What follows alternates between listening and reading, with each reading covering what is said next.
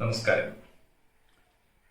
കഴിഞ്ഞ 2 ക്ലാസ്സുകളിൽ ഒന്നാമത്തെ യൂണിറ്റിന്റെ കുറെ ഭാഗങ്ങൾ നാം ചർച്ച ചെയ്തിരുന്നു. അതിൽ ആദ്യ ഭാഗത്ത് നമ്മൾ പറഞ്ഞത് heating effects of electric current ആണ്, അതായത് വൈദ്യുതിയുടെ താപഫലമാണ്. അതായത് വൈദ്യുതിയെ വളരെ എളുപ്പത്തിൽ നമുക്ക് ഹീറ്റ് എനർജിയാക്കി മാറ്റാം, താപോർജ്ജമാക്കി മാറ്റാം.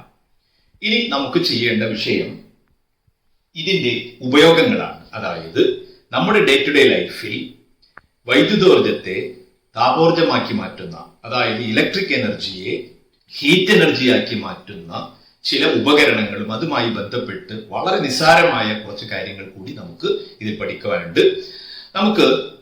നിങ്ങൾ ഇതിലേക്ക് നോക്കുക.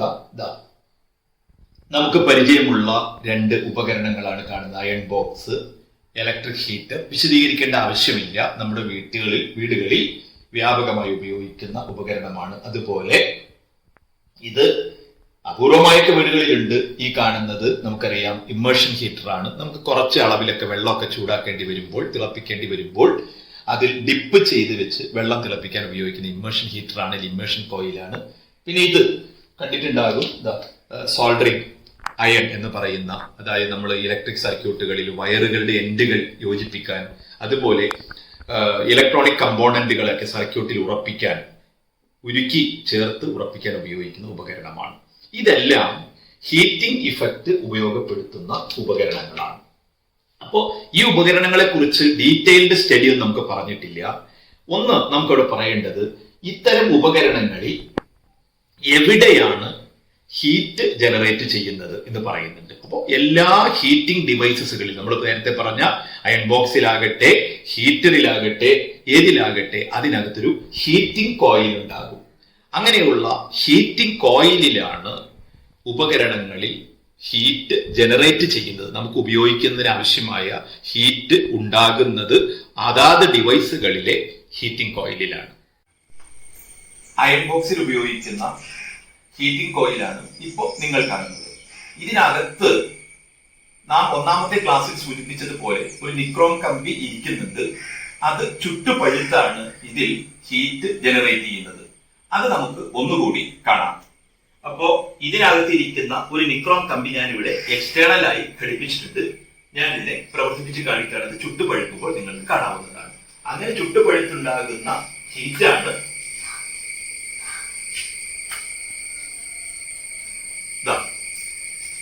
ഇത്തരത്തിൽ ചുരുട്ടി വെച്ചിരിക്കുന്ന ഒരു നിക്രോം കമ്പിയാണ് ഇതിനകത്ത് വെച്ചിരിക്കുന്നത്. അപ്പൊ ഈ നിക്രോം കമ്പിയാണ് യഥാർത്ഥത്തിൽ ഹീറ്റിംഗ് കോയിലായിട്ട് വർക്ക് ചെയ്യുന്നത്. ഇനി അടുത്ത ചോദ്യം, ഇത്തരം ഹീറ്റിംഗ് കോയിലുകൾ നിർമ്മിക്കുന്ന വസ്തു ഏതാണെന്നാണ്. പരീക്ഷയെ സംബന്ധിച്ചോളം ഒരു പ്രധാനപ്പെട്ട ഒരു പോയിന്റ് ആണ്. താപനോപകരണങ്ങളിൽ, ഹീറ്റിംഗ് ഡിവൈസസുകളിൽ അവയിലെ ഹീറ്റിംഗ് കോയിലിലാണ് ഹീറ്റ് ഉണ്ടാകുന്നത്. അത്തരം ഹീറ്റിംഗ് കോയിലുകൾ നിർമ്മിക്കുന്നത് നിക്രോം ഉപയോഗിച്ചാണ് നാം ഹീറ്റിംഗ് കോയിലുകൾ നിർമ്മിക്കുന്നത്. അപ്പോൾ ഒരു പോയിന്റായി, ഹീറ്റിംഗ് കോയിലുകൾ നിർമ്മിക്കാൻ ഉപയോഗിക്കുന്ന വസ്തു നിക്രോം ആണ്. അടുത്ത ചോദ്യം, എന്താണ് നിക്രോം? നമ്മൾ പല മെറ്റൽസ് കേട്ടിട്ടുണ്ട്. അയൺ നമുക്ക് പരിചയമുണ്ട്, കോപ്പർ പരിചയമുണ്ട്, അലൂമിനിയം പരിചയമുണ്ട്. പക്ഷെ നിക്രോം എന്ന് പറയുന്ന ഒരു മെറ്റൽ നമുക്ക് പരിചയമില്ല. ഇത് ഒരു അലോയ് ആണ്, ലോഹസങ്കരമാണ്. അപ്പോ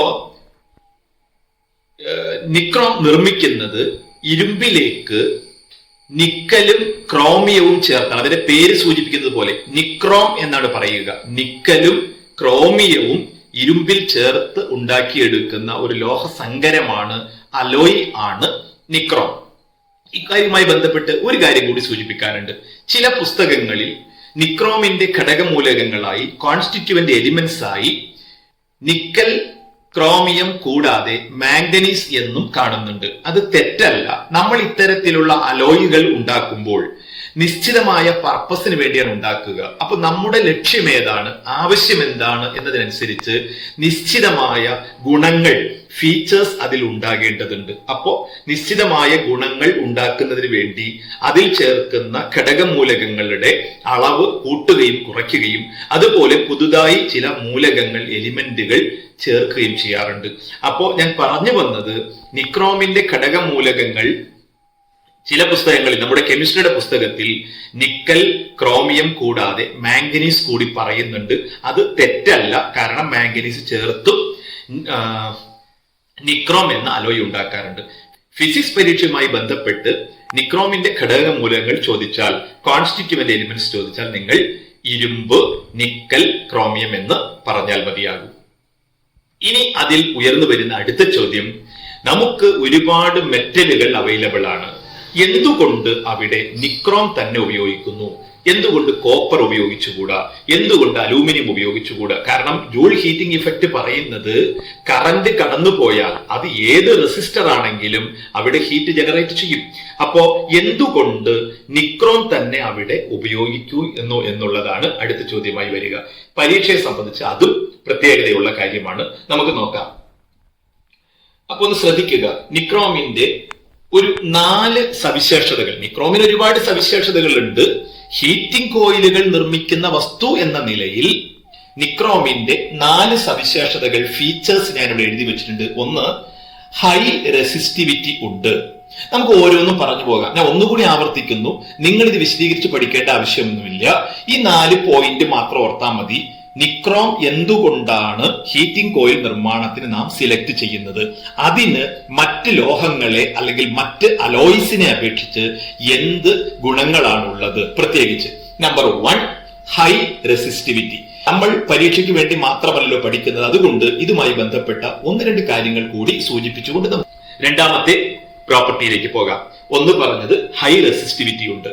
അതുകൊണ്ട് അർത്ഥമാക്കുന്നത്, ഇപ്പൊ നിങ്ങൾ നോക്കൂ, എന്റെ കയ്യിൽ 2 കമ്പികൾ ഇരിക്കുന്നുണ്ട്. ഇത് കോപ്പർ വയറാണ്, ഇത് നിക്രോം വയറാണ്. രണ്ടും ഏകദേശം ഒരേ വണ്ണവും തിക്നെസ് ഒരുപോലെയാണ്, നീളവും ഓൾമോസ്റ്റ് ഈക്വൽ ആണ്. അപ്പൊ നമ്മൾ പറയുന്നു നിക്രോമിന് റെസിസ്റ്റിവിറ്റി കൂടുതലുണ്ട് കോപ്പറിനേക്കാൾ.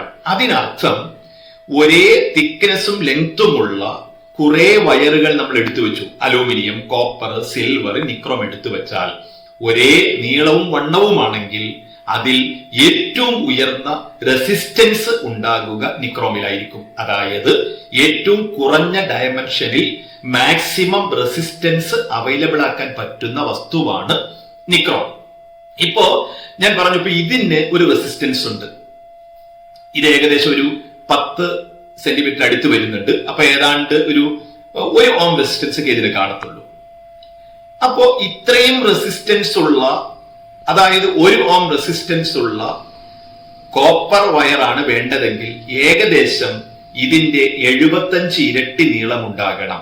അപ്പോ ഇതിന് നിക്രോമിന് റെസിസ്റ്റിവിറ്റി കൂടുതലായതുകൊണ്ട് കുറഞ്ഞ നീളത്തിൽ നമുക്ക് നിശ്ചിതമായ റെസിസ്റ്റൻസ് ലഭ്യമാക്കാം.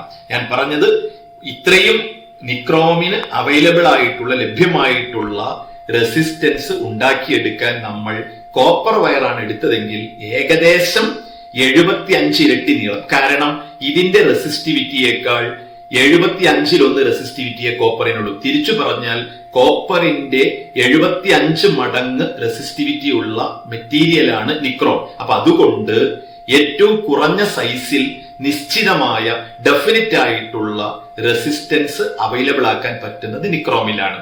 അപ്പോ ഞാൻ പറഞ്ഞത് ഈ നിക്രോമിന് റെസിസ്റ്റിവിറ്റി കൂടുതലുണ്ട്. അതുകൊണ്ടാണ് നാം കോപ്പർ വയറിന് പകരം അല്ലെങ്കിൽ അലൂമിനിയം വയറിന് പകരം ഇത് ഉപയോഗിക്കുന്നത്. അതുകൊണ്ടുള്ള ഗുണം എന്താ?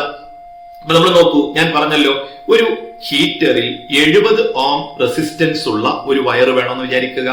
അപ്പൊ നിക്രോം ആണ് എടുക്കുന്നതെങ്കിൽ അതിനേക്കാൾ വളരെ വലിപ്പം കൂടുതലായിരിക്കും കോപ്പർ വയർ. അപ്പോ റെസിസ്റ്റൻസ് രണ്ടും തുല്യമാകുമ്പോൾ രണ്ടിലും ഉണ്ടാകുന്ന ഹീറ്റിന്റെ അളവ് ഒരുപോലെ ആയിരിക്കും. പക്ഷേ കുറഞ്ഞ ഡയമെൻഷനിൽ ആ ഹീറ്റ് കിട്ടും നിക്രോം ആണെങ്കിൽ. നേരെ മറിച്ച് കോപ്പർ ആണെങ്കിൽ ഇതിന് വലിപ്പം വളരെ കൂടുതലായിരിക്കും. അപ്പൊ അത്രയും ഹീറ്റ് ജനറേറ്റ് ചെയ്യുന്നത് വളരെ നീളം കൂടിയ കമ്പിയിലായതുകൊണ്ട് മൊത്തം ഉണ്ടാകുന്ന ഹീറ്റ് രണ്ടിലും ഒരുപോലെയാണെങ്കിലും ചുട്ടുപഴുക്കാനുള്ള സാധ്യത കുറവായിരിക്കും. അപ്പൊ ഞാൻ പറഞ്ഞത് നിക്രോമിന് റെസിസ്റ്റിവിറ്റി കൂടുതലുണ്ട് മറ്റ് ലോഹങ്ങളെക്കാൾ അല്ലെങ്കിൽ ലോഹസങ്കരങ്ങളെക്കാൾ. അപ്പൊ അതുകൊണ്ടുള്ള ഗുണം ഏറ്റവും കുറഞ്ഞ വലിപ്പത്തിൽ നിശ്ചിതമായ റെസിസ്റ്റൻസ് അവൈലബിൾ ആക്കാം. അപ്പോൾ ലഭിക്കുന്ന ഹീറ്റ് വളരെ കുറഞ്ഞ ഡയമെൻഷനിൽ ലഭിക്കുകയും അത് കൂടുതൽ ചുട്ടുപഴുക്കുകയും ചെയ്യും. നേരെ മറിച്ച് ഇതേ റെസിസ്റ്റൻസ് ഉള്ള കോപ്പർ വയർ ആണെങ്കിൽ വളരെ വിശാലമായ റീജിയനിലായിരിക്കും അത്രയും ഹീറ്റ് ഡെവലപ്പ് ചെയ്യുക. അപ്പൊ ടോട്ടൽ ഹീറ്റ് അങ്ങനെയാണെങ്കിലും ഇത് നിക്രോം വയറിനോളം ചുട്ടുപഴുക്കാൻ സാധ്യതയില്ല. അപ്പോ നിക്രോമിന് റെസിസ്റ്റിവിറ്റി കൂടുതലുള്ളത് കൊണ്ടാണ് നിക്രോമിനെ നാം സെലക്ട് ചെയ്യുന്നത്. ഇനി രണ്ടാമത്തെ പോയിന്റ്, അതിന് ഹൈ മെൽറ്റിംഗ് പോയിന്റ് ഉണ്ട്, ഉയർന്ന മെൽറ്റിംഗ് പോയിന്റ് ഉണ്ട്. നമുക്കറിയാം ദ്രവണാങ്കം കൂടുതലുണ്ട്. കാരണം ചുട്ടുപഴുക്കേണ്ട സാധനമാണ്, ചൂടാകുമ്പോഴേക്കും ഉരുകിപ്പോകുന്ന വസ്തുവാണെങ്കിൽ നമുക്ക് ഇത്തരം ഡിവൈസുകളെ ഉപയോഗിക്കാനേ കഴിയില്ല. ഉപയോഗിച്ച് പ്രവർത്തനം തുടങ്ങുമ്പോഴേക്കും ആ കോയിൽ ഉരുകിപ്പോകുന്ന അവസ്ഥയുണ്ടാകും. അത് നമുക്ക് മനസ്സിലാവുന്ന കാര്യമാണ്. അപ്പോ മറ്റു വസ്തുക്കളെക്കാൾ താരതമ്യേന ഉയർന്ന മെൽറ്റിംഗ് പോയിന്റ് ഉള്ള മെറ്റീരിയലാണ്. അപ്പൊ നമുക്ക് എന്ത് ചെയ്യാം, എത്ര വേണമെങ്കിലും അത് ചൂടാക്കി, അതായത് വളരെ ഉയർന്ന ടെമ്പറേച്ചറിൽ എത്തിയാലും അത് ഉരുകി പോകാതെ നിന്നുകൊള്ളും എന്നൊരു ഗുണമുണ്ട്. അപ്പൊ ഒന്നാമത്തെ പോയിന്റ് ഹൈ റെസിസ്റ്റിവിറ്റി ഉണ്ട്, മറ്റൊന്ന് അതിന് ഹൈ മെൽറ്റിംഗ് പോയിന്റ് ഉണ്ട്. ഇനി അടുത്ത സവിശേഷത നോക്കൂ, ability to remain hot red for long time. ചുട്ടുപഴുത്ത അവസ്ഥയിൽ കത്തിപ്പോകാതെ ദീർഘനേരം നിലനിൽക്കാനുള്ള കഴിവ് ഇതിന് കൂടുതലാണ്. ഈ പറഞ്ഞതിനർത്ഥം കോപ്പർ, അലൂമിനിയം എന്നിവയെല്ലാം ചൂടാകും, ചുട്ടുപഴുക്കാം. പക്ഷേ ചൂടാകുമ്പോൾ അന്തരീക്ഷത്തിലുള്ള ഓക്സിജനുമായി പ്രവർത്തിച്ച് അത് ഓക്സീകരിച്ചു പോകും, ഓക്സിഡൈസ് ചെയ്തു പോകും, നാടൻ ഭാഷയിൽ പറഞ്ഞാൽ കത്തിപ്പോകും.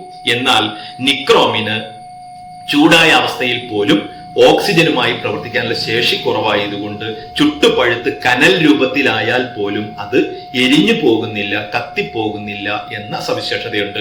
അപ്പൊ മൂന്നാമത്തെ point, it can remain hot red for long time. ഏറെ നേരം ചുട്ടുപഴുത്ത അവസ്ഥയിൽ കരിഞ്ഞു പോകാതെ നിലനിൽക്കാൻ കഴിയുന്നു എന്ന ഒരു ഗുണം കൂടി നിക്രോമിനുണ്ട്.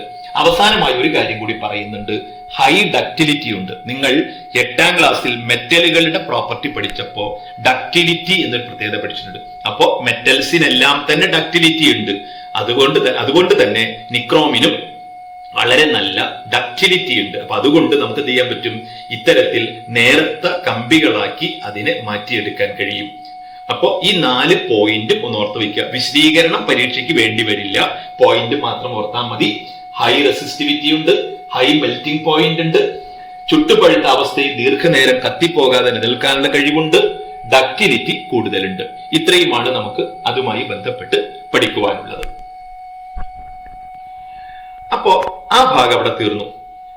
ഹീറ്റിംഗ് ഡിവൈസുമായി ബന്ധപ്പെട്ട അത്രയും കാര്യങ്ങൾ മാത്രമേ പരീക്ഷയ്ക്ക് നമുക്ക് പഠിക്കുവാനുള്ളൂ. ഇനി നമുക്ക് ചർച്ച ചെയ്യേണ്ടത് മറ്റൊരു ഭാഗമാണ്. നോക്കുക, സേഫ്റ്റി ഫ്യൂസ്, സുരക്ഷാ ഫ്യൂസ്. അപ്പോ നമുക്കറിയാം, നമ്മുടെ വീടുകളിലേക്ക് നിങ്ങൾ നമ്മുടെ മീറ്ററിന്റെ താഴെ ഒരു ഫ്യൂസ് ഇരിക്കുന്നത് കാണാം. ഇത് ആ ഫ്യൂസിന്റെ കാരിയർ ആണ്. ഞാൻ കൂടുതൽ വിശദീകരിച്ച് പറയാം. അത് പറയുന്നതിന് മുൻപ് ഇതിന്റെ പ്രവർത്തനം പറയുന്നതിന് 1-2 കാര്യങ്ങൾ കൂടി നിങ്ങളുടെ ശ്രദ്ധയിൽ കൊണ്ടുവരേണ്ടതുണ്ട്. അപ്പൊ ആദ്യം നമ്മളൊന്ന് പറഞ്ഞു വെക്കുന്നു, സേഫ്റ്റി ഫ്യൂസ് എന്താണ്? ആ പേര് സൂചിപ്പിക്കുന്നത് പോലെ തന്നെ നമ്മുടെ സർക്യൂട്ടിൽ നമുക്ക് KSEB ആണ് കറണ്ട് സപ്ലൈ ചെയ്യുക. കറണ്ട് വരുമ്പോൾ നിശ്ചിതമായ വോൾട്ടേജിൽ, അതായത് 230 വോൾട്ടേജിലുള്ള വൈദ്യുതിയാണ് സാധാരണഗതിയിൽ നമ്മുടെ വീടുകളിലേക്ക് ലഭിക്കുക. ഏതെങ്കിലും കാരണവശാൽ ഓവറായി കറണ്ട് കടന്നു വന്നാൽ നമ്മുടെ സർക്യൂട്ട് കത്തിപ്പോകാൻ സാധ്യതയുണ്ട്. അതുപോലെ നമ്മുടെ ഡിവൈസുകളൊക്കെ കേടുവന്നു പോകാൻ, ഡാമേജിലാകാൻ സാധ്യതയുണ്ട്. അത്തരം സാഹചര്യങ്ങൾ ഉണ്ടായാൽ, അപകട സാധ്യതയുണ്ടായാൽ, ആ അപകടങ്ങളിൽ നിന്നും നമ്മുടെ സർക്യൂട്ടിനെയും ഉപകരണങ്ങളെയും സംരക്ഷിക്കുവാനുള്ള ഒരു സംവിധാനമാണ് സേഫ്റ്റി ഫ്യൂസ്. എഴുതി വെച്ചിട്ടുണ്ട്, safety fuse is a device which protects electric circuits and appliances from danger when excess current flows through the circuits. അമിത വൈദ്യുത പ്രവാഹം മൂലമുള്ള അപകടങ്ങളിൽ നിന്നും വൈദ്യുത സർക്യൂട്ടിനെയും അതിലെ ഉപകരണങ്ങളെയും സംരക്ഷിക്കുന്നതിനുള്ള ഒരു സംവിധാനമാണ് സുരക്ഷാ ഫ്യൂസ്. അപ്പൊ നിങ്ങൾ മനസ്സിലാക്കേണ്ടത്, സുരക്ഷാ ഫ്യൂസ് ഞാൻ പറഞ്ഞു. ഇനി സുരക്ഷാ ഫ്യൂസ് വെച്ചിട്ടാണ് നമ്മൾ സർക്യൂട്ടിനെ പ്രൊട്ടക്ട് ചെയ്യുന്നതെന്ന് പറഞ്ഞു. ഇതിന് വിശദീകരണം നൽകുന്നതിന് മുൻപ് 1-2 കാര്യങ്ങൾ കൂടി നമുക്ക് മനസ്സിലാക്കേണ്ടതുണ്ട്. അതിനുശേഷം നമുക്ക് ഇത് തുടരാം. അടുത്ത് നിങ്ങൾ പുതിയ പദം പരിചയപ്പെടുക, ആംബിയറേജ്. ഓർത്ത് വെക്കേണ്ടതാണ്, പരീക്ഷ സംബന്ധിച്ചോളം പ്രാധാന്യമുള്ള ഒരു കാര്യമാണ്. ആംബിയറേജ് എന്ന് പറയുന്ന ഒരു പദം പാഠപുസ്തകത്തിൽ പറയുന്നുണ്ട്. നമുക്ക് ആദ്യം ഒന്ന് പരിചയപ്പെടാം എന്താണ് ആംബിയറേജ്. അത് പറഞ്ഞതിന് ശേഷം നമുക്ക് എന്ത് ചെയ്യാം, ഫ്യൂസ് വയറുമായി ബന്ധപ്പെട്ട മറ്റു കാര്യങ്ങളോടെ പറഞ്ഞ് നമുക്ക് ക്ലാസ് അവസാനിപ്പിക്കാം. അപ്പൊ ഒന്ന് മനസ്സിലാക്കേണ്ടത് ആംബിയറേജ് എന്നാൽ എന്തെന്നാണ്. ഇതൊരു 200 വാട്ട് പവർ ഉള്ള ലാമ്പാണ്. ഒരു കാര്യം ഓർക്കുക, നമ്മുടെ വീടുകളിലുള്ള ഡിവൈസുകളെല്ലാം വർക്ക് ചെയ്യുന്നത് 230 വോൾട്ടിലാണ്. അപ്പോൾ 230 വോൾട്ടിൽ വർക്ക് ചെയ്യുമ്പോൾ 200 വാട്ട് പവർ നൽകുന്ന ഒരു ഡിവൈസാണിത്. അപ്പോൾ ഇത് വർക്ക് ചെയ്യുമ്പോൾ ഇതിന് ഒരു ഡെഫിനിറ്റ് എമൗണ്ട് കറണ്ട് ആവശ്യമുണ്ട്. ആ കറണ്ടിനെയാണ് നാം ആംബിയറേജ് എന്ന് പറയുക. അപ്പോൾ ഇത് വർക്ക് ചെയ്യാൻ ഏകദേശം ഒരു 0.87 എന്ന് പറഞ്ഞാൽ ഒരു 870 മില്ലി ആംബിയർ കറണ്ടാണ് ഈ ലാമ്പിന് പ്രോപ്പറായി വർക്ക് ചെയ്യാൻ ആവശ്യമായിട്ടുള്ളത്. അപ്പോൾ ആംബിയറേജിന് ഒരു ഡെഫിനിഷൻ, ഒരു ഇലക്ട്രിക് ഡിവൈസിന് പ്രോപ്പറായി വർക്ക് ചെയ്യാൻ, ശരിയായ രീതിയിൽ വർക്ക് ചെയ്യാൻ ആവശ്യമായ കറണ്ടിന്റെ അളവിനെയാണ് എന്ത് പറയുക, അതിന്റെ ആംബിയറേജ് എന്ന് പറയുക. മനസ്സിലായി കാണും എന്താണ് ആംബിയറേജ്. ഒരു ഇലക്ട്രിക് അപ്ലയൻസിനെ സംബന്ധിച്ചിടത്തോളം ആംബിയറേജ് എന്ന് പറഞ്ഞാൽ അതിന് ശരിയായ രീതിയിൽ വർക്ക് ചെയ്യണമെങ്കിൽ ആവശ്യമായിട്ടുള്ള കറണ്ടിനെയാണ് അതിന്റെ ആംബിയറേജ് എന്ന് പറയുക. അപ്പൊ ആംബിയറേജ് കാണാൻ ഒരു സൂത്രവാക്യമുണ്ട്. അത് ഇതിന്റെ പവർ എത്രയാണോ അതിനെ ഇതിന്റെ വർക്കിംഗ് വോൾട്ടേജ് കൊണ്ട് ഡിവൈഡ് ചെയ്താൽ മതി. അപ്പോ 200നെ 230 കൊണ്ട് ഡിവൈഡ് ചെയ്താൽ നമുക്ക് എന്ത് കിട്ടും, ആംബിയറേജ് കിട്ടും. അതാ ഞാൻ നേരത്തെ പറഞ്ഞത്. അപ്പോൾ ഒരു 0.87 അപ്രോക്സിമേറ്റ് ആംബിയർ അതാണ് കിട്ടുക. അപ്പൊ ഈ ഡിവൈസിന് വർക്ക് ചെയ്യാൻ 0.87 ആംബിയർ കറണ്ട് വേണം. അങ്ങനെ ഓരോ ഡിവൈസിനും, ഇപ്പൊ നമുക്കറിയാം അയൺ ബോക്സിന് ഇതിനേക്കാൾ കൂടുതൽ കറണ്ട് ആവശ്യം വരും. മോട്ടോറിന്റെ പവർ കൂടുതലുണ്ടെങ്കിൽ അതിനേക്കാൾ കൂടുതൽ കറണ്ട് ആവശ്യം വരും. അപ്പോൾ ഒരു ഇലക്ട്രിക് ഉപകരണത്തിന് ശരിയായ രീതിയിൽ പ്രവർത്തിക്കാൻ ആവശ്യമായ കറണ്ടാണ് അതിന്റെ ആംബിയറേജ്. ആംബിയറേജ് കാണാൻ അതിന്റെ പവറിനെ വർക്കിംഗ് വോൾട്ടേജ് കൊണ്ട് ഡിവൈഡ് ചെയ്താൽ മതി. അപ്പൊ വർക്കിംഗ് വോൾട്ടേജ് ഞാൻ പറഞ്ഞല്ലോ, നമ്മുടെ വീടുകളെ സംബന്ധിച്ചോളം എല്ലാത്തിനും 230 ആയതുകൊണ്ട് ഓരോ ഉപകരണത്തിന്റെയും പവറിനെ 230 കൊണ്ട് ഡിവൈഡ് ചെയ്താൽ കിട്ടുന്നതായിരിക്കും ഓരോ ഡിവൈസുകളുടെയും ആംബിയറേജ് എന്ന് പറയുന്നത്. അപ്പോൾ ഇതാണ് ആംബിയറേജ്. അപ്പോൾ ആംബിയറേജ് കാണാൻ ഫോർമുല ഞാൻ എഴുതി വെച്ചിട്ടുണ്ട്. ആംബിയറേജ് കാണാൻ വാട്ടേജിനെ വോൾട്ടേജ് കൊണ്ട് ഡിവൈഡ് ചെയ്താൽ മതി. അതായത് ഡിവൈസിന്റെ പവർ എത്രയാണോ അതിനെ വോൾട്ടേജ് കൊണ്ട് ഡിവൈഡ് ചെയ്താൽ നമുക്ക് എന്ത് കിട്ടും, അതിന്റെ ആംബിയറേജ് കിട്ടും. ഒരു 3-4 എക്സാമ്പിൾ ഞാൻ കൊടുത്തിട്ടുണ്ട്. ഒരു 1000 വാട്ട് പവർ ഉള്ള അയൺ ബോക്സ് ആണെങ്കിൽ അത് വർക്ക് ചെയ്യാൻ ഒരു 4.35 ആംബിയർ കറണ്ട് ആണ് വേണ്ടത്. ഞാൻ 1000ത്തെ 230 കൊണ്ട് ഡിവൈഡ് ചെയ്തു. അതുപോലെ ഒരു 200 വാട്ട് ലാമ്പ് ആണെങ്കിൽ ഞാൻ നേരത്തെ സൂചിപ്പിച്ചതുപോലെ 200 ആണ് പവർ, വോൾട്ടേജ് 230ലാണ് വർക്ക് ചെയ്യിക്കേണ്ടത്. അപ്പൊ 0.87 ആംബിയർ ആണ്. അതുപോലെ നമ്മുടെ വീട്ടിൽ നമ്മൾ വ്യാപകമായി ഉപയോഗിക്കുന്ന LED ലാമ്പുകളൊക്കെ 20 വാട്ട് ലാമ്പോ അതിൽ 10, 18, 20 ഒക്കെ ഉണ്ടാകത്തുള്ളൂ. അപ്പോ 18 വാട്ട് പവർ ഉള്ള, ഞാൻ തിരിഞ്ഞു പോയതാണ്, 20 വാട്ട് അല്ല ഇവിടെ ചെയ്തിരിക്കുന്നത്, 18 വാട്ട് പവർ ഉള്ള ഒരു ലാമ്പാണെങ്കിൽ 18/230, അതായത് 0.078 ആംബിയർ, വെറും 7.8 മില്ലി ആംബിയർ കറണ്ട് മതിയാകും. അപ്പൊ ഇങ്ങനെ നമുക്ക് ഓരോ ഡിവൈസിന്റെയും ആംബിയറേജ് കാണാൻ പറ്റും. അപ്പോ ഇലക്ട്രിക് ഡിവൈസുകളുടെ ആംബിയറേജ് എന്താണ് നമുക്ക് മനസ്സിലായി. ഇനി കണ്ടക്ടിങ് വയറുകളെ സംബന്ധിച്ചിടത്തോളം ഇപ്പൊ നിങ്ങൾ നോക്കൂ, ഓരോ കമ്പികളുണ്ട്. ഇതൊരു കോപ്പർ വയറാണ്, ഇതിലൂടെ കറണ്ട് കടത്തിവിടാം. ഇതൊരു ഫ്യൂസ് വയറാണ്, പിന്നീട് ചർച്ച ചെയ്യാൻ. ഒരു കമ്പിയാണ്, ഇതിനും എന്തുണ്ട്, കറണ്ട് കടത്തിവിടും. അപ്പോ ഇതിനൊരു കപ്പാസിറ്റി ഉണ്ട്. ഏതൊരു കണ്ടക്ടറിനും അതിന് ബെയർ ചെയ്യാൻ കഴിയുന്ന, വിത്ത്സ്റ്റാൻഡ് ചെയ്യാൻ കഴിയുന്ന, താങ്ങാൻ കഴിയുന്ന കറണ്ടിന് ഒരു പരിധിയുണ്ട്.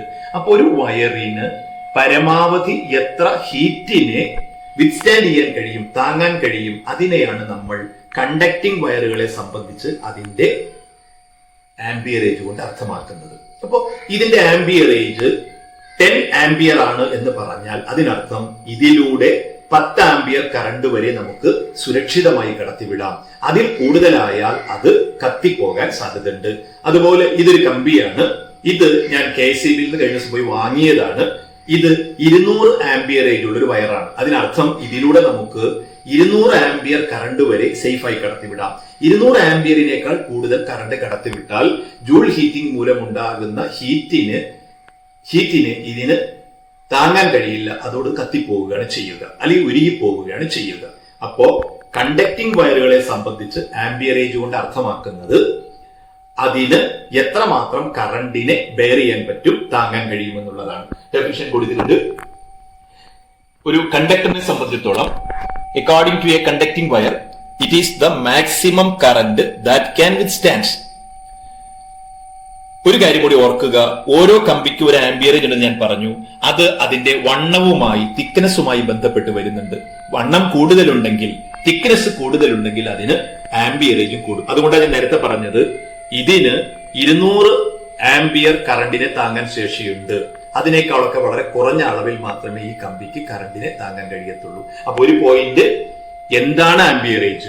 നമ്പർ 2, ആംബിയറേജും കണ്ടക്ടിംഗ് വയറിന്റെ തിക്നെസ്സുമായിട്ടുള്ള ബന്ധം എന്ത്?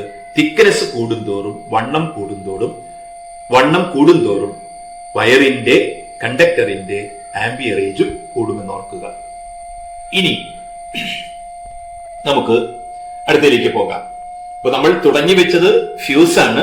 അതിന് മുന്നോടിയായാണ് നമ്മൾ എന്ത് ചെയ്തത്? ആംബിയറേജ് പരിചയപ്പെട്ടത്. അത് പറഞ്ഞാലേ നമുക്ക് എന്ത് ചെയ്യാൻ പറ്റുള്ളൂ? ഫ്യൂസിന്റെ പ്രവർത്തനം നിങ്ങളെ ബോധ്യപ്പെടുത്താൻ കഴിയത്തുള്ളൂ. ഇനി ഒരു കാര്യം കൂടി നോക്കുക. അപ്പൊ നമ്മൾ പറഞ്ഞു ഓവർ കറണ്ട്, എക്സസ് കറണ്ട് ഉണ്ടാകുമ്പോൾ സർക്യൂട്ടിനെ പ്രൊട്ടക്ട് ചെയ്യുകയാണ് ഫ്യൂസിന്റെ ധർമ്മം എന്നാണ്. അപ്പൊ ഏതൊക്കെ സാഹചര്യത്തിലാണ് ഓവർ കറണ്ട് ഉണ്ടാവുക? നമ്മളെ സംബന്ധിച്ചോളം നമുക്കറിയാം, ഇടിമിന്നലാണ് നമ്മളെ ഏറ്റവും കൂടുതൽ പരിചയമുള്ള. പെട്ടെന്ന് ഇടിമിന്നൽ ഉണ്ടാകുമ്പോൾ ഓവർ കറണ്ട് വരികയും ചിലപ്പോഴൊക്കെ ഉപകരണങ്ങളൊക്കെ അടിച്ചു പോകാറുണ്ട്, ഡാമേജ് ആകാറുണ്ട്. അപ്പൊ നമ്മളെ സംബന്ധിച്ചോളം അതൊന്നുമല്ല. പലത് കാര്യങ്ങളും ഉണ്ടെങ്കിൽ 2 കാര്യങ്ങളാണ് നമ്മളോട് സ്പെസിഫൈ ചെയ്ത് പറഞ്ഞിട്ടുള്ളത്. ഒന്ന്, സർക്യൂട്ടുകളിൽ ഓവർ കറണ്ട് അല്ലെങ്കിൽ എക്സസ് കറണ്ട് ഉണ്ടാകുന്നതിനുള്ള 2 സാഹചര്യങ്ങളാണ് നമ്മളോട് ഡിസ്കസ് ചെയ്യാൻ പറഞ്ഞിട്ടുള്ളത്. ഒന്ന്, ഓവർലോഡിംഗ് ആണ്. അതായത് സർക്യൂട്ടിൽ ഓവർലോഡിംഗ് ഉണ്ടാകുമ്പോൾ എക്സസ് കറണ്ട് ഉണ്ടാകും. നമ്പർ 2, ഷോർട്ട് സർക്യൂട്ട് ആണ്. ഷോർട്ട് സർക്യൂട്ട് ഉണ്ടാകുമ്പോഴും എന്തുണ്ടാകും? സർക്യൂട്ടിൽ ഓവറായി കറണ്ട് ഉണ്ടാകും. അപ്പോ ഇത് രണ്ടും വിശദീകരിക്കണം ആദ്യം. എന്താണ് ഓവർലോഡിംഗ്, എന്താണ് ഷോർട്ട് സർക്യൂട്ട്, ഇത് രണ്ടും പറയണം നമുക്ക് ആദ്യം. അപ്പൊ നമുക്ക് ആദ്യം എന്താണ് ഓവർലോഡിംഗ് എന്ന് നമുക്ക് പരിചയപ്പെടാം. അത് വാക്കുകളിൽ തന്നെ ഉണ്ട്. ഓവർലോഡ് എന്നാണ്. ലോഡ് ഓവർ ആകുക. അപ്പൊ നമ്മൾ സർക്യൂട്ടിൽ ഉപയോഗിക്കുന്ന ഓരോ ഡിവൈസുകളും ഒരു ലോഡാണെന്ന് മനസ്സിലാക്കുക. ഇനി നിങ്ങൾ നോക്കൂ, ഒരു ചിത്രം കാണുന്നുണ്ട് ഇവിടെ. ഈ ചിത്രത്തിൽ ഞാനൊരു സപ്ലൈ കൊടുത്തിട്ടുണ്ട്, 20 വോൾട്ട് കൊടുത്തിട്ടുണ്ട്. ഒരു 3 ഡിവൈസുകളെ പാരലായി കണക്ട് ചെയ്തിട്ടുണ്ട്. അതോടൊപ്പം ഓരോ സ്വിച്ചുകളും കണക്ട് ചെയ്തിട്ടുണ്ട്. അപ്പോൾ സൗകര്യത്തിന് വേണ്ടി ഞാൻ എന്ത് ചെയ്തിട്ടു? 10 വാട്ട് പവർ ഉള്ള 3 ലാമ്പുകളും 20 വോൾട്ടും കൊടുത്തിട്ടുണ്ട്. അപ്പോ നമ്മൾ പറയുന്നത് എന്താണെന്ന് വെച്ചാൽ, ഇതിപ്പോ ഇപ്പോ സ്വിച്ച് ഓഫ് ആണ്. ഇതിലൂടെ വൈദ്യുതി കടന്നു പോകുന്നില്ല, സ്വിച്ച് ഓഫ് ആണ്. ഇപ്പൊ നോക്കൂ, ഞാൻ ഇതില് സ്വിച്ച് S1 ഓൺ ചെയ്തു. സ്വിച്ച് S1 ഓൺ ചെയ്യുമ്പോൾ ഈ 20 വോൾട്ടിൽ പ്രവർത്തിക്കുന്ന ഇതിന് വർക്ക് ചെയ്യാൻ 0.5 ആംബിയർ കറണ്ടാണ് വേണ്ടത്. 1/2 ആംബിയർ കറണ്ടാണ് വേണ്ടത്. ഞാൻ സ്വിച്ച് ഓൺ ചെയ്ത് കഴിയുമ്പോൾ, സ്വിച്ച് S1 മാത്രമേ ഓൺ ചെയ്തിട്ടുള്ളൂ, ഇത് 2 ഓഫ് ആണ്. എന്ത് ചെയ്യും? ബാറ്ററിയിൽ നിന്ന് കറണ്ട് ഡ്രോ ചെയ്യും. നിങ്ങൾ കാണാം, ഞാൻ ആരോ മാർക്ക് കൊടുത്തിട്ടുണ്ട്. ഇവിടെ വന്ന് ഇത് ഓഫ് ആയതുകൊണ്ട് ഇങ്ങോട്ട് കറണ്ട് ഫ്ലോ ചെയ്യുന്നില്ല, ഇങ്ങോട്ടില്ല. കറണ്ട് കയറി S1 വഴി B1 എന്ന ലാമ്പിലൂടെ കടന്ന് സർക്യൂട്ട് പൂർത്തിയാകുന്നത് കാണാം. അതായത് 0.5 ആംബിയർ കറണ്ട് ആണ് ഇപ്പോൾ ബാറ്ററി ഡ്രോ ചെയ്യുന്നത്. മെയിൻ ബ്രാഞ്ചിലൂടെ വരുന്ന കറണ്ട് 0.5 ആണ്. ലാമ്പിന് കിട്ടുന്ന കറണ്ട് 0.5 ആണ്. ഇപ്പോ സർക്യൂട്ടിൽ ആക്റ്റീവ് ആയിട്ടുള്ളത് B1 എന്ന ലാമ്പ് മാത്രമാണ്. നിങ്ങൾ നോക്കൂ, ഞാൻ സർക്യൂട്ടിലെ S2 എന്ന സ്വിച്ച് കൂടി ഓൺ ചെയ്തു. S1 ഓൺ ചെയ്തു, S2 ഓൺ ചെയ്തു, S3 ഓഫ് ആണ്. ഇപ്പൊ നിങ്ങൾ നോക്കൂ, ഇപ്പോൾ ഈ ബാറ്ററി ഈ 2 ഡിവൈസുകൾക്കും കറണ്ട് സപ്ലൈ ചെയ്യേണ്ടതുണ്ട്. അപ്പോൾ ഞാൻ പറഞ്ഞു, ഇവിടെ ഒരു ലാമ്പിന് ആവശ്യമായ കറണ്ട് 0.5 ആണ്. എല്ലാ ലാമ്പുകളും ഒരുപോലെ ഉള്ളതായതുകൊണ്ട് ഇതിനും എന്ത് വേണം? 0.5 ആംബിയർ കറണ്ട് വേണം. അപ്പോ 0.5 പ്ലസ് 0.5 1 ആംബിയർ കറണ്ട് ആയിരിക്കും ഡ്രോ ചെയ്യുക, ബാറ്ററിയിൽ നിന്ന് പുറത്തു വരിക. ദെൻ അല്ലെങ്കിൽ 1 ആംബിയർ കറണ്ട് ആയിരിക്കും ബാറ്ററി ഉൽപ്പാദിപ്പിക്കുക. അപ്പോൾ എന്ത് ചെയ്യും? 1 ആംബിയർ കറണ്ട് മെയിൻ സർക്യൂട്ടിലൂടെ വരികയും ഇവിടെ വരുമ്പോൾ ബ്രാഞ്ച് അപ്പ് ചെയ്ത് 1/2 ആംബിയർ കറണ്ട് B1ലൂടെയും ബാക്കി 1/2 B2ലൂടെ കടന്നു പോകും. അപ്പൊ മെയിൻ സർക്യൂട്ടിലെ കറണ്ട് ഇപ്പോൾ 1 ആംബിയർ ആയി കൂടിയിട്ടുണ്ട്. ഇനി നിങ്ങൾ നോക്കൂ, ഞാൻ മൂന്നാമത്തെ സ്വിച്ച് ഓൺ ചെയ്തു. S1 ഓൺ ചെയ്തു, S2 ഓൺ ചെയ്തു, S3 ഓൺ ചെയ്തു. മൂന്നും വർക്ക് ചെയ്യാൻ 3 × 1/2 1.5 കറണ്ട് ആവശ്യമുണ്ട്. അപ്പോൾ മെയിൻ സർക്യൂട്ടിലൂടെ 1.5 കറണ്ടാണ് കടന്നു വരിക. അതിങ്ങനെ വന്ന് 3ആയി തിരിഞ്ഞ് ഇങ്ങനെ പോവുകയും ചെയ്യുക. അപ്പൊ ഒരു കാര്യം മനസ്സിലായി, നമ്മൾ ഇതിനകത്തുള്ള ഡിവൈസിൽ ഇപ്പൊ ഞാൻ 3 കണക്ട് ചെയ്തിട്ടുള്ളൂ. ഓരോ ഡിവൈസുകൾ പുതുതായി കണക്ട് ചെയ്യും തോറും മെയിൻ കറണ്ടിന്റെ അളവ് കൂടിക്കൂടി വരും. അപ്പൊ ഞാൻ നേരത്തെ പറഞ്ഞതുപോലെ നമ്മൾ സർക്യൂട്ടിൽ ഉപയോഗിക്കുന്ന ഈ കണ്ടക്ടിങ് വയറിന്റെ ഒരു കപ്പാസിറ്റി ഉണ്ട്. അപ്പോൾ അതായത് ഒരു ആംബിയറേജ് ഉണ്ട്. ആ ആംബിയറേജിനേക്കാൾ കൂടുതൽ കറണ്ട് ഇതിലെ കടന്നു പോകേണ്ടി വന്നാൽ ആ കമ്പി വയറ് ചൂടാവുകയും കത്തിപ്പോകാനും സാധ്യതയുണ്ട്. അപ്പോ ഉപയോഗിക്കുന്ന സർക്യൂട്ടിൽ ഉൾപ്പെടുന്ന ഉപകരണങ്ങളുടെ പവർ പരിധിയിൽ കൂടുക, അതായത് സർക്യൂട്ടിന് താങ്ങാൻ കഴിയുന്നതിലധികം പവർ ഉള്ള ഡിവൈസുകൾ സർക്യൂട്ടിൽ ഉൾപ്പെടുത്തുന്നതാണ് ഓവർലോഡിംഗ് എന്ന് പറയുന്നത്. അപ്പൊ ഓവർലോഡിംഗ് എന്ത് സംഭവിക്കും? ഓവർലോഡ് ആകുമ്പോൾ നമ്മൾ കണ്ടു, ഒരു ഉപകരണമായപ്പോ 0.5, രണ്ടായപ്പോ 1, മൂന്നായപ്പോ 1.5. ഞാൻ ഈ 0.5 എന്ന് കൊടുത്തുള്ളൂ. ഓരോ ഡിവൈസിനും എത്രയാണോ അതിനനുസരിച്ച് കൂടി വരും. അപ്പോ ഒരു സർക്യൂട്ടിൽ അതിന് താങ്ങാവുന്നതിലധികം ഡിവൈസുകൾ അല്ലെങ്കിൽ പവർ ഉള്ള ഉപകരണങ്ങൾ ഉൾപ്പെടുത്തുന്നതിനെയാണ് നാം ഓവർലോഡിംഗ് എന്ന് പറയുന്നത്. അത്രയും മനസ്സിലായി കാണും. അപ്പോ അത് മനസ്സിലാക്കി വെക്കുക. അത് ഡെഫിനിഷൻ കാണാതെ പഠിക്കലല്ല, അതിലുപരി അതെന്താണെന്ന് മനസ്സിലാക്കുക. ഓവർലോഡിംഗ് കൊണ്ട് ഉദ്ദേശിക്കുന്നത് എന്താണെന്ന് മനസ്സിലാക്കുക. അപ്പൊ ഓവർലോഡിംഗ് സംഭവിച്ചാൽ എന്താ സംഭവിക്കുക? ഓവർലോഡിംഗിന്റെ ഇഫക്റ്റ് എന്താണ്? സർക്യൂട്ടിലെ കറണ്ട് കൂടുകയും സർക്യൂട്ട് കത്തിപ്പോകാം. സ്വാഭാവികമായതിനകത്തുള്ള ഡിവൈസുകൾക്കും കേടുപാട് സംഭവിക്കാൻ സാധ്യതയുണ്ട്. ഞാൻ എഴുതി വെച്ചിട്ടുണ്ട്. What is overloading? A circuit is said to be overloaded when the total power of the appliances included in the circuit is more than what the circuit can withstand. ഒരു സർക്യൂട്ടിന് താങ്ങാനാകുന്നതിൽ കൂടുതൽ പവർ ഉള്ള ഉപകരണങ്ങൾ അതിൽ ഉൾപ്പെടുത്തുന്നതാണ് ഓവർലോഡിംഗ് എന്ന് പറയുന്നത്. അപ്പോൾ നമ്മൾ പറഞ്ഞത് സർക്യൂട്ടിൽ ഓവർ കറണ്ട്, എക്സസ് കറണ്ട് ഉണ്ടാകുന്നതിനുള്ള ഒരു സിറ്റുവേഷനാണ് ഓവർലോഡിംഗ്.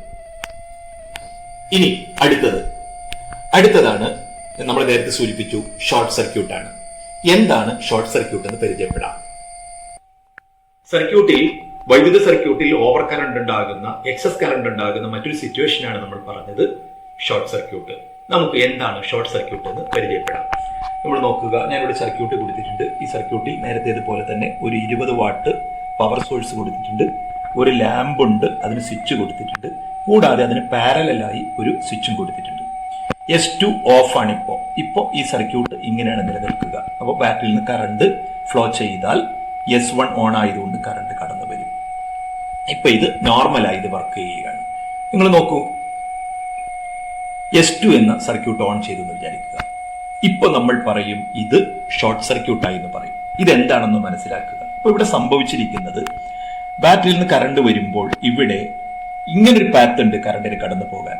S2 എന്ന സ്വിച്ച് ഓൺ ആയതുകൊണ്ട് ഇതിലൂടെ കറണ്ട് ഫ്ലോ ചെയ്യാം. ഇതിലൂടെയും കറണ്ട്, ഈ ലാമ്പിലൂടെയും കറണ്ടിന് ഫ്ലോ ചെയ്യാം. നമുക്കറിയാം ഇവിടെ ഡിവൈസ് ഇല്ല, റെസിസ്റ്റൻസ് ഇല്ല. ഇവിടെ ആകട്ടെ റെസിസ്റ്റൻസ് ഉണ്ട്. അപ്പൊ 2 ബ്രാഞ്ചുകളുണ്ട്. 2 ബ്രാഞ്ചുകളിൽ അപ്പർ അല്ലെങ്കിൽ 2 ആംസ് ഉണ്ട്. അപ്പർ ആംസിൽ റെസിസ്റ്റൻസേ ഇല്ല. അപ്പൊ എന്ത് ചെയ്യുന്നു വെച്ചാൽ, ഇവിടെ വരുമ്പോൾ കറണ്ട് എപ്പോഴും ഈസി പാത്ത് ആണ് പ്രിഫർ ചെയ്യുക. അപ്പോ ഈ റെസിസ്റ്റീവ് പാത്തിനെ വകവയ്ക്കാതെ ഇതിലൂടെ കറണ്ട് കടന്നു പോകാൻ ശ്രമിക്കും. മുഴുവൻ കറണ്ടും കടന്നു പോകുന്നു മാത്രമല്ല, ഇങ്ങനൊരു പാത്തിന്റെ പ്രത്യേകത, ഈ സർക്യൂട്ടിൽ എന്തില്ല? റെസിസ്റ്റൻസേ ഇല്ല. അതായത് ബാറ്ററിയുടെ പോസിറ്റീവും നെഗറ്റീവും തമ്മിൽ ഇടയിൽ റെസിസ്റ്റൻസ് ഇല്ല. അതായത് ഒരു സർക്യൂട്ടിൽ പോസിറ്റീവും നെഗറ്റീവും തമ്മിൽ അവക്കിടയിൽ റെസിസ്റ്റൻസ് ഇല്ലാതെ നേർക്ക് നേർ സമ്പർക്കത്തിൽ വരുന്നതിനെയാണ് നാം ഷോർട്ട് സർക്യൂട്ട് എന്ന് പറയുക. അപ്പൊ ഇങ്ങനെ വരുമ്പോൾ എന്ത് സംഭവിക്കുന്ന വെച്ചാൽ, റെസിസ്റ്റൻസ് ഇല്ലാത്ത ഈസി പാത്ത് ഉള്ളത് കൊണ്ട് വളരെ ഉയർന്ന അളവിലുള്ള കറണ്ട് ഫ്ലോ ചെയ്യാൻ തുടങ്ങും. ഇപ്പൊ നമ്മൾ കഴിഞ്ഞ വർഷമൊക്കെ പ്രളയത്തിൽ കണ്ടതാണ്, ഷട്ടർ മുഴുവനായി ഉയർത്തിയപ്പോൾ കണക്കില്ലാത്ത വെള്ളം ഒഴുകിയതുപോലെ. നേരത്തെ ഇതെന്താണ്, ചെറിയ രീതിയിലാണ് കറണ്ട് ഒഴുകിക്കൊണ്ടിരുന്നത്. ഇപ്പോൾ ഇത് ഓൺ ചെയ്തു എന്ന് പറയുമ്പോൾ ഈ വഴിയിലൂടെ കറണ്ടിന് പോകാൻ തടസ്സമില്ലാത്തത് കൊണ്ട് ഷട്ടർ മൊത്തത്തിൽ ഉയർത്തുമ്പോൾ കണക്കറ്റ വെള്ളം ഒഴുകുന്നത് പോലെ വളരെ കൂടിയ അളവിൽ കറണ്ട് ഒഴുകുകയും ഓവർ കറണ്ട്, എക്സസ് കറണ്ട് സർക്യൂട്ടിൽ ഉണ്ടാവുകയും ചെയ്യും. ഇനി നമുക്ക് ഗണിതശാസ്ത്രപരമായി കണക്ട് ചെയ്യാം. ഇവിടെ നോക്കൂ, നമ്മൾ കഴിഞ്ഞ ക്ലാസ്സിൽ ഒരു സർക്യൂട്ടിലെ എഫക്റ്റീവ് റെസിസ്റ്റൻസ് കാണാൻ പഠിച്ചിട്ടുണ്ടായിരുന്നു. ഒരു ഫോർമുല, സർക്യൂട്ടുകളിൽ റെസിസ്റ്ററുകൾ പാരലായിട്ട് കണക്ട് ചെയ്യുമ്പോൾ റിസൾട്ടന്റ് റെസിസ്റ്റൻസ്, എഫക്റ്റീവ് റെസിസ്റ്റൻസ് കാണാൻ ഒരു ഫോർമുല പറഞ്ഞു, R1 × R2 R1 + R2. ഇവിടെ ഞാൻ ഈ ലാമ്പിന്റെ റെസിസ്റ്റൻസ് മാർക്ക് ചെയ്തിട്ടുണ്ട് 40 ഓം ആണ്. ഇതിൻ്റെത് S2, അവിടെ ലോഡില്ല, സ്വിച്ചിന് റെസിസ്റ്റൻസേ ഇല്ല, 0 ആണ്. അപ്പൊ അങ്ങനെ വരുമ്പോൾ R1 0, R2 40 divide by 0 plus 40, then 0/40 = 0 എന്നാ വരിക. എന്തായാലും അർത്ഥം, സ്വിച്ച് S2 ഓൺ ചെയ്താൽ സർക്യൂട്ടിലെ റെസിസ്റ്റൻസ് 0 ആകും. 9th നമ്മൾ ഓംസ് ലോ പഠിച്ചു. എന്താണ് പറയുന്നത്?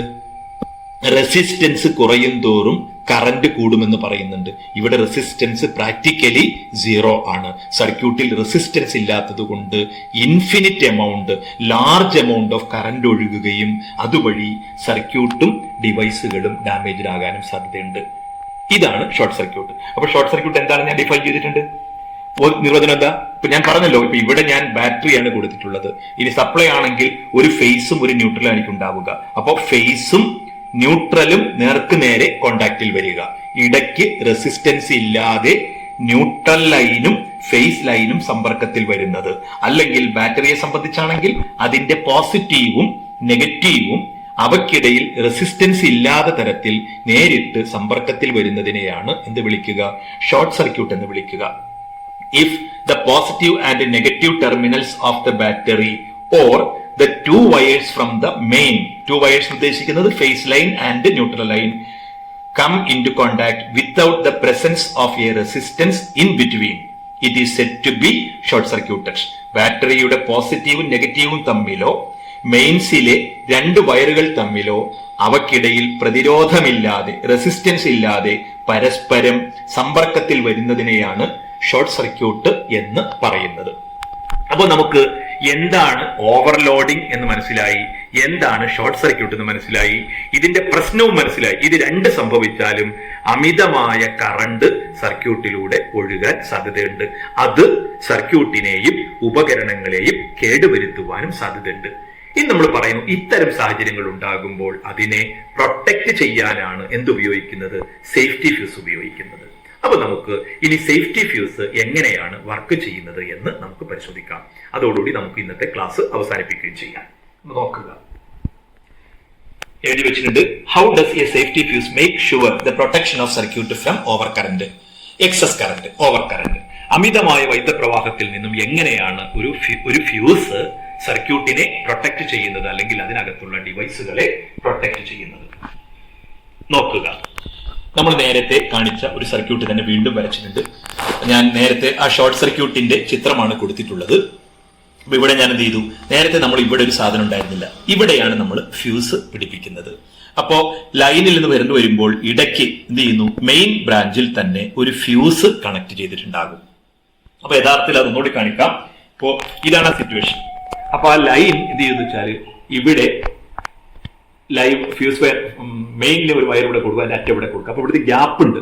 അപ്പൊ സർക്യൂട്ട് ഓപ്പൺ ആയിരിക്കും. ഇത് ഫ്യൂസ് കാരിയർ ആണ്. ഇനി ഇതിലെന്ത് ചെയ്തിട്ട് ഞാനൊരു ഫ്യൂസ്, ഒരു കമ്പി കെട്ടിയിട്ട് ഞാൻ ഇതിലേക്ക് അമർത്തി വെക്കുമ്പോൾ, മനസ്സിലായി കാണുമെന്ന് വിചാരിക്കട്ടെ. ലൈൻ ഇവിടെ ഉണ്ട്, പിന്നെ ഒരു ഗ്യാപ്പാണ്, ഇതിലൂടെ ലൈൻ പോവുക. അപ്പോ ഈ രണ്ടറ്റവും, ഇവിടെ അറ്റം കണക്ട് ചെയ്തു, ഈ ഭാഗം ഇവിടെ കണക്ട് ചെയ്തു. അതിനിടയിലേക്കാണ് നിങ്ങൾ നോക്കാം, ഇവിടെ ഞാനൊരു കമ്പി ഇതിനകത്തേക്ക് കണക്ട് ചെയ്തിട്ടുണ്ട്. ഒരു കമ്പി വലിച്ചു കെട്ടി ഇങ്ങനെ വെച്ചിട്ടുണ്ട്. അത് നമുക്ക് ജോയിൻ ചെയ്ത് ഇവിടെ വെച്ചിട്ടുണ്ട്. ഇത് ശരിക്കും ചെയ്യുന്നത്, ഇത് ഇങ്ങനെ ഇരിക്കുന്ന അവസരത്തിൽ സർക്യൂട്ട് ഓപ്പൺ ആയിരിക്കും. നമ്മൾ എന്ത് ചെയ്തിട്ടുണ്ടാവും? ഇതിനകത്തേക്ക് കയറ്റി വെച്ചിട്ടുണ്ടാവും. ഈ കെട്ടാൻ ഉപയോഗിക്കുന്ന കമ്പി ഫ്യൂസായി ഉപയോഗിക്കുന്നത് ഒരു പ്രത്യേക പദാർത്ഥം കൊണ്ടുള്ള, ഒരു ലെഡും ടിന്നും ചേർത്ത് നിർമ്മിച്ച ഒരു മെറ്റീരിയൽ കൊണ്ടുള്ള ആ ഒരു വയർ കൊണ്ടാണ് ഫ്യൂസ് വയർ കെട്ടുക. അതിന്റെ പ്രത്യേകത, അത് നല്ല കണ്ടക്ടറാണ്, അതിലുപരി അതിന് ലോ മെൽറ്റിംഗ് പോയിന്റ് ആണ് ഉള്ളത്. കോപ്പറിനെ പോലെ ഒന്നും അല്ല, വളരെ കുറഞ്ഞ മെൽറ്റിംഗ് പോയിന്റ് ഉള്ളത്. അതായത് ചൂടായാൽ അത് ഉരുകി മെൽറ്റ് ചെയ്ത് പോകാൻ കഴിയുന്ന ഒരു പ്രത്യേക വസ്തു കൊണ്ടാണ് നാം ഫ്യൂസ് കെട്ടുക. അപ്പൊ ഇവിടെ നമ്മൾ എന്ത് ചെയ്യുന്ന വെച്ചാൽ, മെയിൻ കറണ്ട് വരുന്ന വഴിയിൽ, ഇതെല്ലാം കോപ്പർ വയറാണ്, അതിനിടയിൽ എന്ത് വെച്ചിട്ടുണ്ടാകും? ഒരു ഫ്യൂസ് വയർ കണക്ട് ചെയ്തിട്ടുണ്ടാവും. അപ്പൊ കറണ്ട് കടന്നു പോകുന്നത് ഫ്യൂസ് വയറിലൂടെയാണ്. അപ്പോ കോപ്പർ വയറിന് എന്താ പ്രത്യേകത? കോപ്പർ വയറിന് താരതമ്യേന ഹൈ മെൽറ്റിംഗ് പോയിന്റ് ഉള്ളതാണ്. ഇനി ഇവിടെയോ ഈ ഭാഗത്തിന് മെൽറ്റിംഗ് പോയിന്റ് കുറവാണ്. അപ്പോ മെൽറ്റിംഗ് പോയിന്റ് കുറവായ ലെഡും ടിന്നും ചേർന്ന് നിർമ്മിച്ചെടുത്ത ഒരു അലോയ് ഉപയോഗിച്ചാണ് ഫ്യൂസ് വയർ ഉണ്ടാക്കുന്നത്. അപ്പോൾ ഓർത്തിരിക്കേണ്ട കാര്യം, ഫ്യൂസ് വയറിന്റെ ഏറ്റവും വലിയ പ്രത്യേകത അതിന് മെൽറ്റിംഗ് പോയിന്റ് വളരെ കുറവാണ്. പെട്ടെന്ന് ചൂടായാൽ വളരെ വേഗത്തിൽ ഉരുകിപ്പോകുന്ന ഒരു വസ്തുവാണിതെന്ന് മനസ്സിലാക്കുക. ഇങ്ങനെ കൊടുത്തു. ഇനി നമുക്ക് നോക്കാം എന്താ സംഭവിക്കുക. നമ്മൾ നേരത്തെ പറഞ്ഞു ഇതില്ലായിരുന്നു എന്ന് വിചാരിക്കുക. S2 ഓൺ ചെയ്താൽ അമിതമായ കറണ്ട് വരികയും ഇതെല്ലാം ഡാമേജ് ആകുകയും ചെയ്യും. എന്നാൽ ഈ ഫ്യൂസ് കൊടുത്തതിന് ശേഷമാണ് നമ്മൾ ഇത് ചെയ്യുന്നതെങ്കിൽ ഓവർ കറണ്ട് വരുമ്പോൾ എന്ത് ചെയ്യുമെന്ന് വെച്ചാൽ ഈ ഫ്യൂസ് വയറിന് മെൽറ്റിംഗ് പോയിന്റ് കുറവായതുകൊണ്ട് എന്ത് ചെയ്യും, അത് പെട്ടെന്ന് ഉരുകി സർക്യൂട്ട് പൊട്ടിപ്പോകും. പറഞ്ഞാൽ ഓവർ കറണ്ട്, എക്സസ് കറണ്ട് സർക്യൂട്ടിലേക്ക് കടന്നു വരാനുള്ള സാധ്യത അത് തടയുമെന്നർത്ഥം. ഓക്കെ, ഇനി അപ്പോ ഓർത്തിരിക്കേണ്ട കാര്യം എന്താ, ഫ്യൂസ് വയർ സർക്യൂട്ടിൽ സീരീസ് ആയാണ് കണക്ട് ചെയ്യുന്നത്. ഫ്യൂസ് വയറിന്റെ പ്രത്യേകത അതിന് മെൽറ്റിംഗ് പോയിന്റ് വളരെ കുറവാണ്. അത് നിർമ്മിച്ചിരിക്കുന്നത് ലെഡും ടിന്നും ചേർന്ന പദാർത്ഥം കൊണ്ടാണ്, അത്ര ഓർക്കുക. ഇനി നിങ്ങൾക്ക് ഒരു കാര്യം കൂടി കാണാം. ഇതിന്റെ യഥാർത്ഥമായി ഞാനൊരു സർക്യൂട്ട് ഇപ്പൊ നിങ്ങളെ കാണിക്കുന്നു. അതിൽ ഇതുപോലെ സർക്യൂട്ട് ക്രമീകരിച്ച് ഷോർട്ട് ആക്കുമ്പോൾ ഫ്യൂസ് എരിഞ്ഞു പോകുന്നതിന് വീഡിയോ നിങ്ങൾക്കിപ്പോ കാണാം.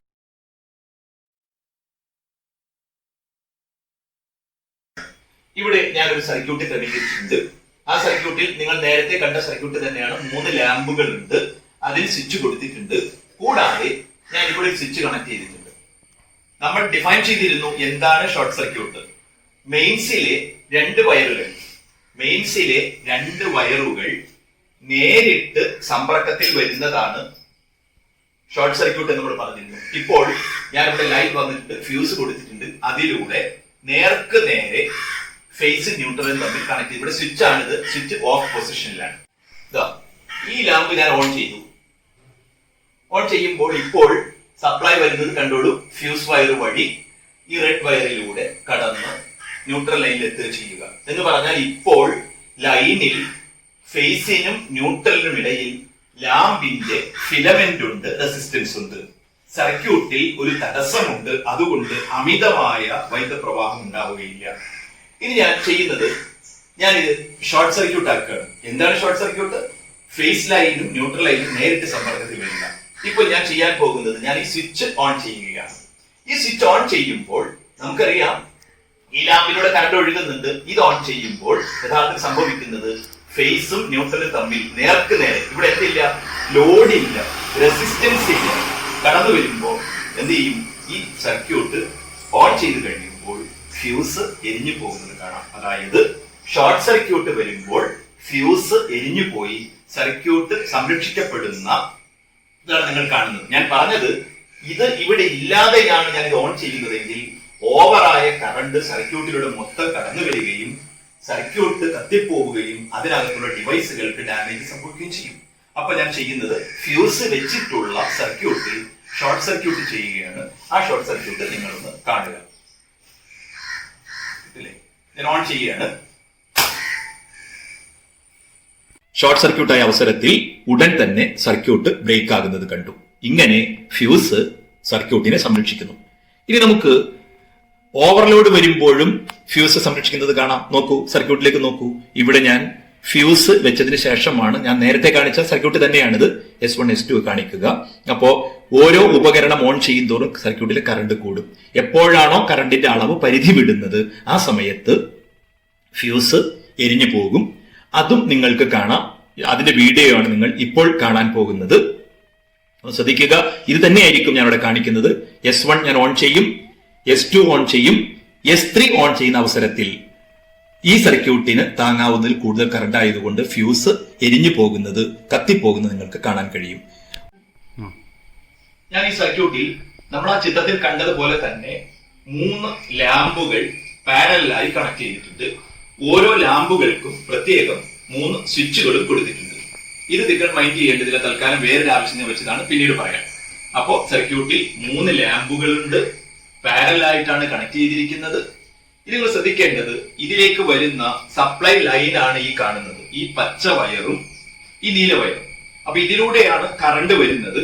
ഞാൻ കൊടുക്കണം, പക്ഷെ നിങ്ങൾ ശ്രദ്ധിക്കുക, ഈ കറണ്ട് ഇവിടെ വരുമ്പോൾ ഞാൻ ഡയറക്റ്റ് കൊടുക്കുന്നതിന് പകരം ഒരു ഫ്യൂസ് വയർ വഴിയാണ് ഞാൻ കൊടുത്തത്. നിങ്ങൾ കാണാം, നേരിട്ടല്ല, ഈ ക്ലിപ്പുകൾക്കിടയിൽ ഞാനൊരു ഫ്യൂസ് വയർ വെച്ചിട്ടുണ്ട്. അപ്പോ സപ്ലൈ കറണ്ട് ഇതിലൂടെ കടന്ന് ഫ്യൂസ് വയർ വഴിയാണ് വരുന്നത്. അപ്പോൾ നമ്മുടെ ക്രമീകരണം ഓവറായി ലോഡ് വരുമ്പോൾ ഫ്യൂസ് കത്തിപ്പോകണം. സ്വാഭാവികമായും സർക്യൂട്ടിനെ സംരക്ഷിക്കേണ്ടതുണ്ട്. അപ്പൊ നമുക്കതൊന്ന് പ്രവർത്തിപ്പിച്ച് കാണാം.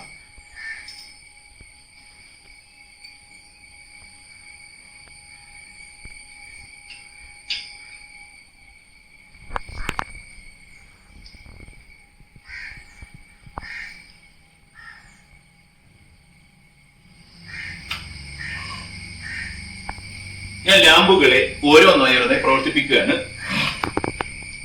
ഞാൻ സ്വിച്ച് ഓൺ ചെയ്യുന്നു. ആ ലാമ്പ് കത്തുന്നുണ്ട്. ഫ്യൂസിന് കേടുപാടുകളൊന്നും സംഭവിച്ചിട്ടില്ല. ഇപ്പോൾ പ്രോപ്പറായി സർക്യൂട്ട് പ്രവർത്തിക്കുന്നുണ്ട്. ഇപ്പോ ഇതൊരു 200 വാട്ട് ലാമ്പാണ്. ഇതിന് ഏകദേശം ഒരു 870 milli ampere current, almost 1 ampere current ആണ് വേണ്ടത്. ഇപ്പോൾ ഈ ലൈനിലൂടെ 1 ആംപിയർ കറണ്ട് ആണ് ഫ്യൂസ് വയറിലൂടെ സർക്യൂട്ടിലൂടെ കടന്നുപോയിക്കൊണ്ടിരിക്കുന്നത്. ഇനി ഞാൻ രണ്ടാമത്തെ ലാമ്പ് ഒന്നുകൂടി ഓൺ ചെയ്യുകയാണ്.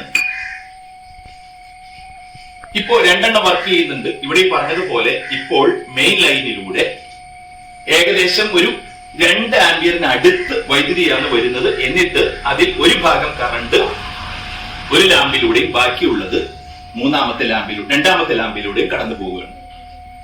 ഒരു ഭാഗം കറണ്ട് രണ്ടാമത്തെ ലാമ്പിലൂടെ കടന്നു പോവുകയാണ്. ഞാനിനി മൂന്നാമത്തെ സ്വിച്ച് ഓൺ ചെയ്യുകയാണ്. അപ്പൊ ഓൾറെഡി ഇപ്പോ 2 ലാമ്പുകൾ വർക്ക് ചെയ്യുന്നുണ്ട്. ഇപ്പോൾ സർക്യൂട്ട് ഓവർലോഡ് ആയിട്ടില്ല. ഞാൻ ഇനി മൂന്നാമത്തെ സ്വിച്ച് കൂടി ഓൺ ചെയ്യുമ്പോൾ എന്താണ് സംഭവിക്കാൻ നോക്കുക. ശ്രദ്ധിക്കുക, കറണ്ട് ഇപ്പോ ഫ്യൂസ് വയർ വഴിയാണ് കടന്നു പോകുന്നത്. 2 ലാമ്പിന് ആവശ്യമായ കറണ്ട് ഫ്യൂസ് വയറിലൂടെ പോകുന്നുണ്ട്. പക്ഷേ ആ കറണ്ടിനെ താങ്ങാനുള്ള, ബെയർ ചെയ്യാനുള്ള ശേഷി അതിനുണ്ട്. ഞാൻ മൂന്നാം സ്വിച്ച് ഓൺ ചെയ്യുകയാണ്. ഫ്യൂസ് വയറിലേക്ക് സൂക്ഷിച്ചു നോക്കുക. വളരെ നേർത്ത വയറാണ്, നിങ്ങൾ കാണാൻ കഴിഞ്ഞു വരില്ല. സ്വിച്ച് ഓഫ് ചെയ്യും, മൂന്നാമത്തേത് ഓൺ ചെയ്യുമ്പോൾ ഫ്യൂസ് വയർ എരിഞ്ഞ് സർക്യൂട്ട് ബ്രേക്ക് ആകുന്നത് നിങ്ങൾ കാണുക.